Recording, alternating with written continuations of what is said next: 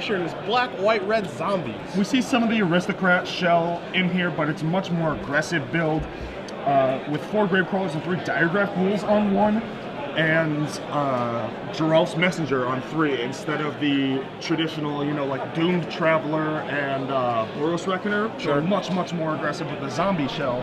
But you do see the Falcon Rats, the Cartel Aristocrats, the Blood Artists, the Blasphemous Act, the Lingering Souls, the Orzhov Charms, and a bunch of Tragic Slips in the main. But we are game 3 here, where Justin Parnell was on the play with Voice, and Brian Krasher responds with a Cartel Aristocrat. Voice going to come crashing in for 2. Krasher declines the trade. I put trade in quotes here, as he's going to play a Clifftop Retreat. There's a Boros Reckoner. And Parnell's going to pass the turn back to Krasher, who did take a mulligan down to 6 here this game. But he is on the draw, it looks like, so we'll see if he can undo that a little bit. He's going to tap 3 mana, and we are going to see a Geralf's Messenger come into play. Have Parnell lose 2 life and pass it back. So, I mean, you know, super overpowered 2 drops and then super overpowered 3 drops. All of which are kind of difficult to cast, which is kind of ironic. Yeah, just perfect mana from both sides, and the game continues. So you see in Parnell's hand, he has a Bonfire of the Damned, a couple of lands there. You see an Abrupt Decay, I think, was the draw for the turn. Yeah. And he's got a Mystery card hanging out in the back, which kind of looks like another Voice of Resurgence, but not entirely sure, so I don't want to give a poor guess there. But Parnell's going to figure out what he wants to do this turn, as it looks like he's got some decent attacks. He's reaching over for that Voice. I think Cartel Aristocrats probably at the ready to block here, and that's going to be pretty problemsome for that. Yeah, do you think that this is just a block sacrifice, or nope, he's just taking it. The race is on. Back and forth we go. I guess Parnell doesn't have black mana right now. It's just another Voice. Okay, it is. So second Voice of Resurgence, he's going to pass the turn back. I'm a little bit surprised not to see a block, but again, like, if you block there, as Krasher's going to sacrifice Geralf's Messenger, make it a 4/3. Then the Elemental gets the block? Yeah. That's the problem, is the Elemental comes out, and it would be a 3/3 Elemental instead of a 2/2 Voice of Resurgence. Exactly. And when you're racing, you'd much rather take 2 than face 3 on B. Yeah. Because now the 4/3, you know, the Justin Parnell doesn't really have any good blocks for it.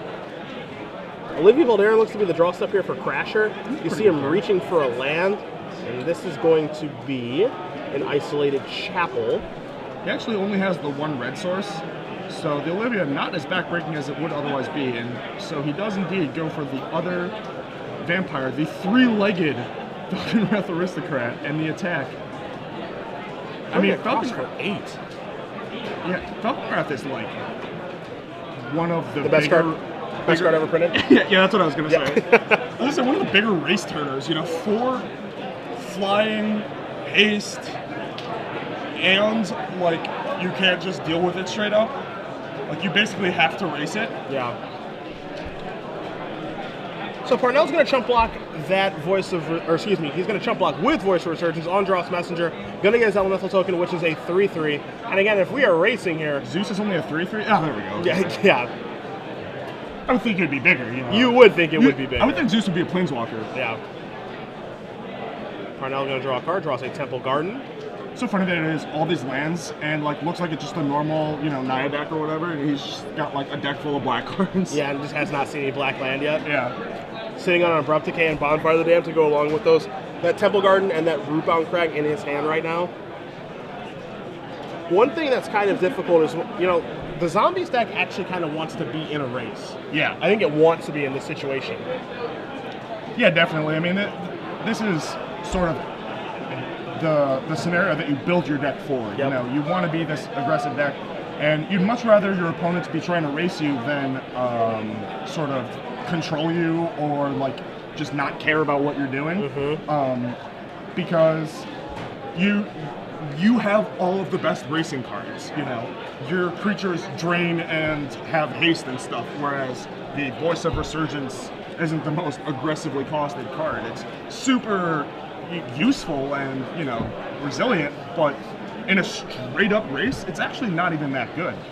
And we see Cartel Aristocrat blocking the Reckoner and then the Sacrifice, putting a counter on the Falcon Wrath Aristocrat and preventing the redirect, or the damage trigger from the Boros Reckoner. Preventing a lot of damage there, only taking 5, with a potential 9 on the backswing. Yeah, we see Parnell's in a bit of trouble here because you know those two creatures are coming across next turn. Yeah. There's no way they aren't. Absolutely. So Krasher's going to untap. He's going to draw. He finds what I was kind of scared of, actually, a Blood Artist.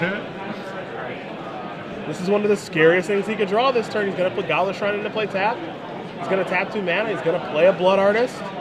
He's going to come across for 5, 6, 7, 8, 9, it looks like.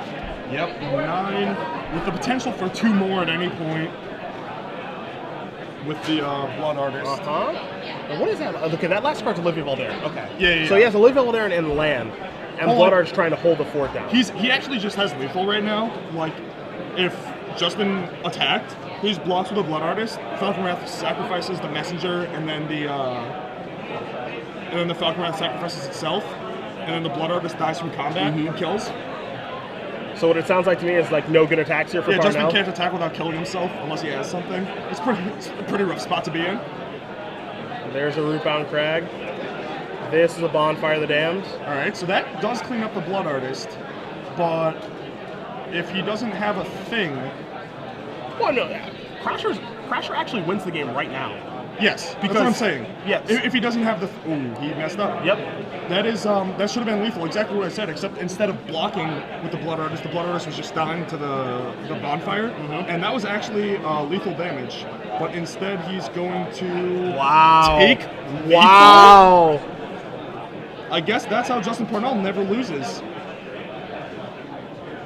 Wow, he actually tricked Krasher into making that play. That was his only out. If Krasher sacrifices the Messenger and the Aristocrat, and then lets Bonfire resolve, he wins the match, and it's 5-0. Unreal. That's it. Are they resetting it up? What's going on? Pretty sure that was a concession. Yeah, that's a good question. We'll figure out what's going on here. I mean, he's taking 8, plus I think he's at below 8 because of the Bonfire damage.